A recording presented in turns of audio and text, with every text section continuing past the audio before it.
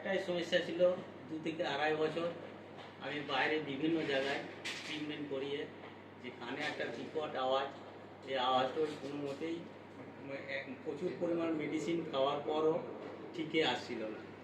এখন আমার এই 3টে ডোজের ইঞ্জেকশন 3টে কানের পর্দার মধ্যে দেওয়ার পরে আমি এখন খুব ভালো শুনতে পাচ্ছি। এবং অঙ্কিতা ম্যাডাম, শিবম স্যার যে সুন্দর ট্রিটমেন্ট করেছেন, এর জন্যে খুব ভালো লাগছে এবং এখানকার পরিষেবা খুবই ভালো। আমরা খুব হ্যাপি। উনি একটা টিনিটাস ইডিং সেন্সেশন বলি আমরা, যে কানের যে বিকট আওয়াজ হয় এটাকে বলে টিনিটাস।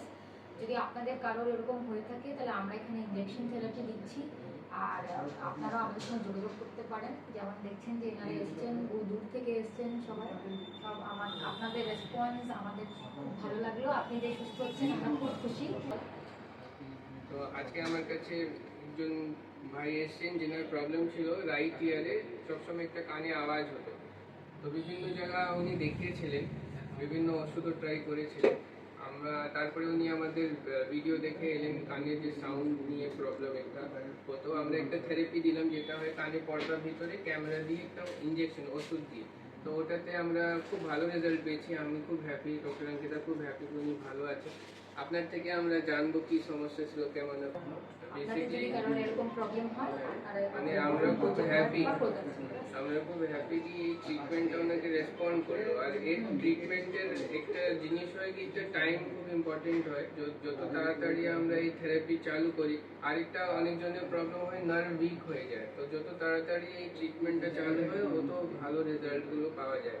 অনেক সময় অ্যাওয়ারনেস নেই, রুগী বা পেশেন্ট জানে না, অনেক সময় সঠিক ট্রিটমেন্ট হয় না, যার জন্য অনেকজন ডিপ্রেসও হয়ে যায়। সাউন্ড হতে থাকে, উনি নিজেও খুব ডিপ্রেসড ছিলেন, 2 বছর ধরে অনেক জায়গায় ঘুরেছেন, আমাদের কাছে এসেছিলেন।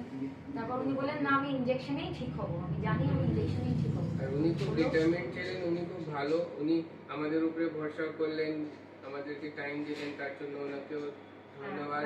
আর উনি যে ভালো হয়েছেন সেটা আমরা খুব হ্যাপি। আপনি যেন ভালো থাকেন।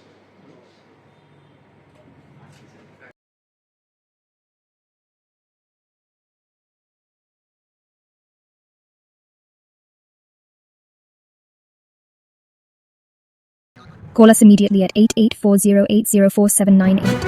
Your hearing is precious. Let's act fast to protect it.